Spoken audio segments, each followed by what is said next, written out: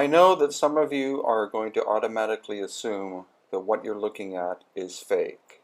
However, you have not seen these in person, and therefore please do not make a judgment until after you have seen the entire video. These two strange objects were brought to my attention about 2 months ago when they were brought to my house for observation.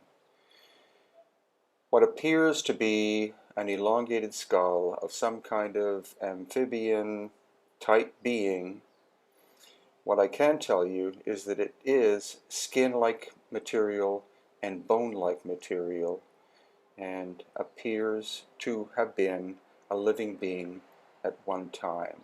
Here you can see the size of it in comparison to a human hand.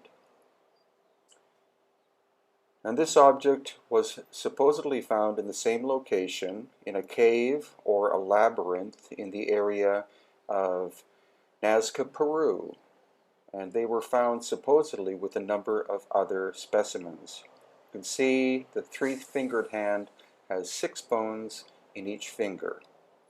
And here we have detail of what appears to be a fingernail that looks quite human-looking. However, again, it only had 3 fingers and 6 bones in each finger. And this possibly is what the skull looked like when it was alive, but it's not truly known, and hopefully I'll be able to examine it more in the future.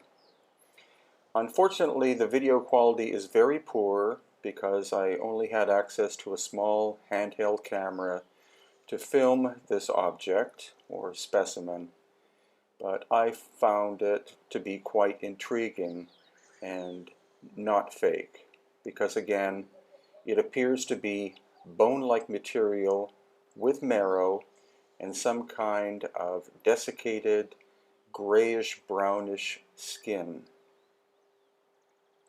The eyes appear to have had very shallow eye sockets, and it was examined via x-rays in a laboratory in Cusco, Peru, and that is where they were able to find out that there are sinuses inside, and again, there are shallow eye sockets.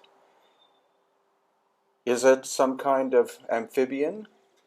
Or could it be something even more intriguing than that? We are hoping that the owner of these objects, the hand and also the skull, will be able to DNA test them in the future, but it has nothing to do with me. I was simply allowed to examine these objects for about half an hour, and that's my sole participation in this for the time being.